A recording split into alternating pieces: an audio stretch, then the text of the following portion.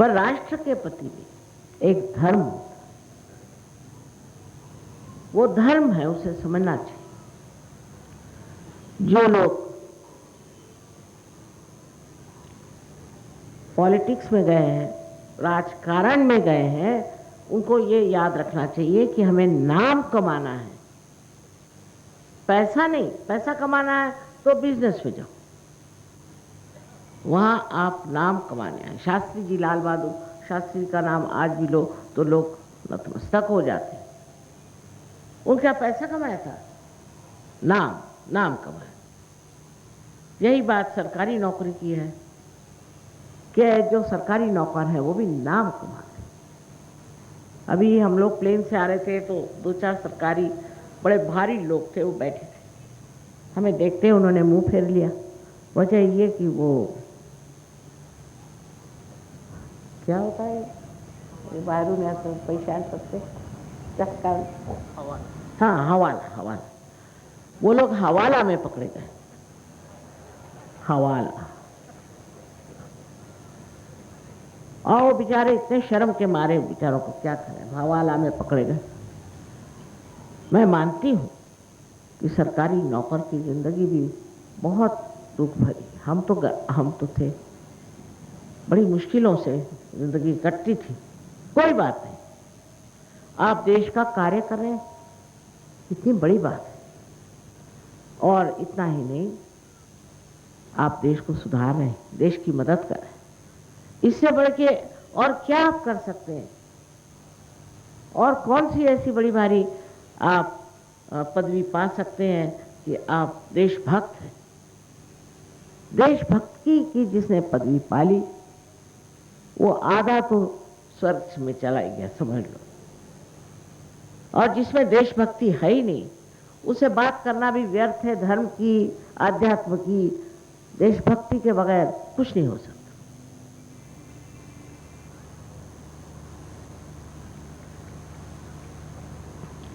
अब हमारे अंदर जो कुंडलिनी है, ये सब आप सबके अंदर,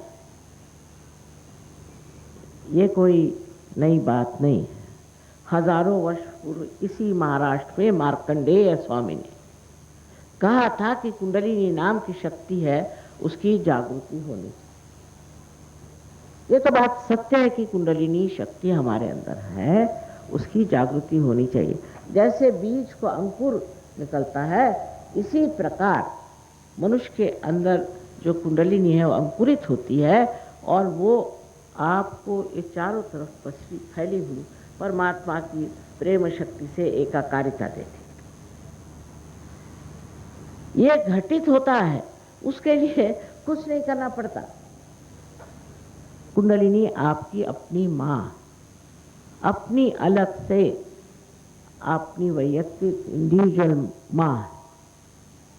वो आपको फिर से जन्म देने के लिए लालायित, आपके बारे में सब कुछ जानती है और अत्यंत प्रेम से चाहती कि आप इस दूसरे जन्म को प्राप्त हो। अब सब धर्मों में लिखा है कि आपका दूसरा जन्म होना चाहिए। ऐसा कौन सा धर्म है जिसमें नहीं लिखा? लेकिन अगर आप अपने ही माथे पे लिख के घूमे कि हमने तो ब्रह्म को जाना, मतलब क्या? या आपने कहा कि आई एम ट्वाइस बॉर्न, तो क्या?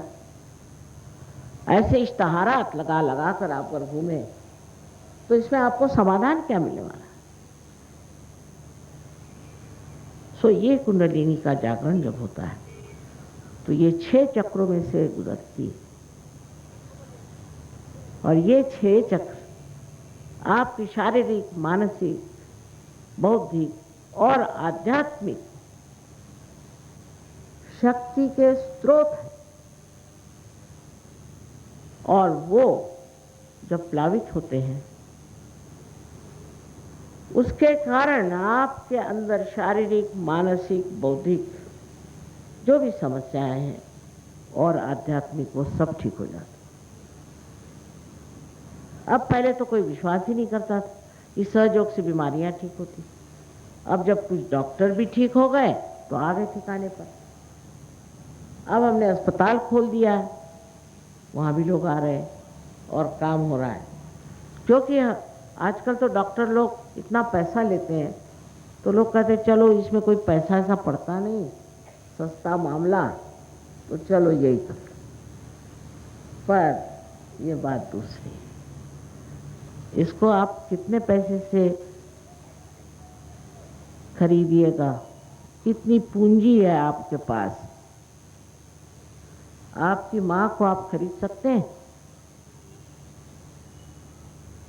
यहाँ तो लोग भगवान को भी बेचते हैं, ऐसे भी पागल लोग हैं। लेकिन ये तो आपकी माँ है। कम से कम अपने भारतवर्ष में माँ को बेचने की कोई नहीं बात करता। जो लोग कुंडलिनी के जागरण के नाम पर पैसा लेते हैं वो अपनी आपकी माँ को बेच रहे हैं।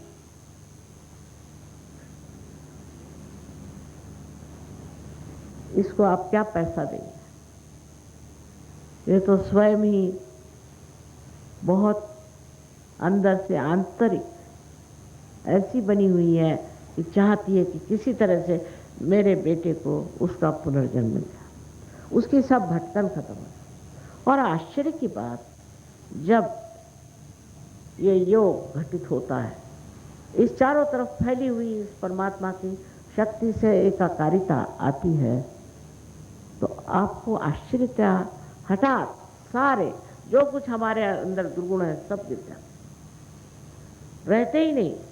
जैसे कोई कमल का फूल खिल गया और उसने सारे सरोवर को सुरभित कर दिया।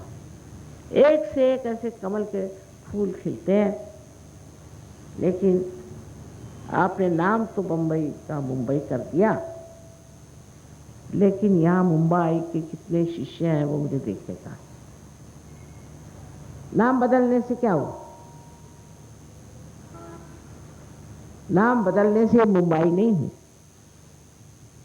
ये जो मुंबई है यही कुंडलिनी है, और इसका जब तक आपके अंदर जागरण नहीं होगा आप बिल्कुल बेकार में मुंबई के रहने वाले। इतना ही नहीं कि जागरण होते अंदर एकदम शांति प्रस्तापित। जब मनुष्य एक साक्षी होकर सारा नाटक दुनिया का देखता, एक प्रभावशाली व्यक्तित्व उसके अंदर आ जाता है। मुझे आश्चर्य होता है कि जब लोगों की जागृति हो गई, उसके बाद उनका माँ हमने तो बहुत इस पर कुंडलिनी के कारण हमारा तो बहुत लाभ हो गया, हमारे लड़के पढ़ने लिखने में अच्छे हो गए, फलाना हो गया, ठिकाना हो गया। अरे होगा ही, क्योंकि आप परमात्मा के साम्राज्य में आ गए और परमात्मा की सारी शक्तियां आपके अंदर प्रभावित है। इतना ही नहीं है, आपको वो पूरी तरह से रक्षित रखते हैं। पूरा आपका रक्षण ये चारों तरफ फैली हुई शक्ति करती है। और अब लोग तो यहाँ तक कहने लग गए, जो पार हो गए, कि माँ अबे हमें कोई किसी चीज़ की चिंता ही नहीं रही। ऐसा हमारा इंतज़ाम सब कर देते हैं कि समझ में नहीं आता। और ये चीज़ें महाराष्ट्र में सबसे अधिक होनी चाहिए, क्योंकि सारे श्रद्धा का स्थान ये महाराष्ट्र। मैंने यहाँ इसीलिए जन्म लिया कि ये श्रद्धा का स्थान, तब वो महाराष्ट्र था, अब नहीं है, लेकिन हाँ, ये सब करने पर भी अभी भी मैं देखती हूँ कि पार हो गए, शांति मिल गई, समाधान मिल गया, तंदुरुस्ती ठीक हो गई, कैंसर ठीक हो गया, ये हो गया, वो हो गया, पर तो भी सहज में गहरे नहीं उतर पाते। जब तक आप सहज में गहरे नहीं उतरेंगे मजा नहीं आने वाला। मराठी में कहते हैं ना अर्धवट, उस तरह के आप हो जाए, उससे कोई मजा नहीं आने वाला।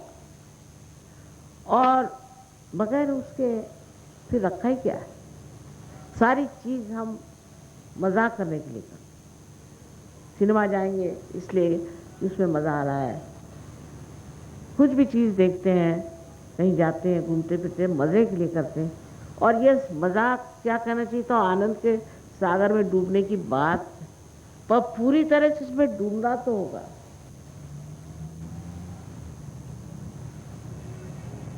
और जब ये हो जाता है तब कोई शिकायत नहीं रहती।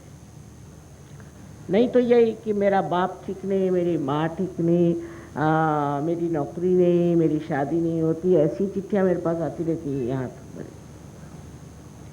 विशेषकर महाराष्ट्र में।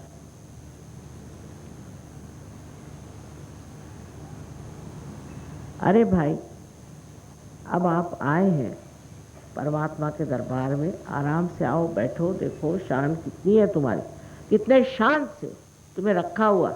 बजाय इसके आप आधे इधर आधे उधर, उधर इधर ऐसे करते हैं, गहनता में उतरते नहीं और सामूहिकता में आते नहीं, और आते ही साथ झगड़ेबाजी, बातचीत, पैसों की बातचीत। ये कभी आज तक किसी भी सहयोगी ने या नॉन सहयोगी ने मुझे एक कौड़ी नहीं की।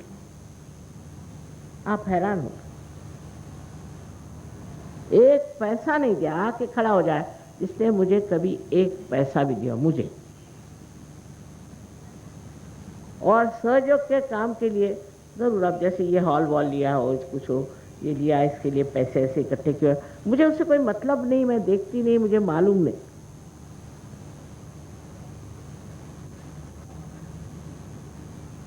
लेकिन बातें चल जाएंगी, गड़बड़ शड़बड़ बातें उठेंगी, ऐसे से कोई सहयोग चलने वाला। हाँ, थोड़ा सा उनका मराठी तो ही बोला माता जी, तो थोड़ा सा मराठी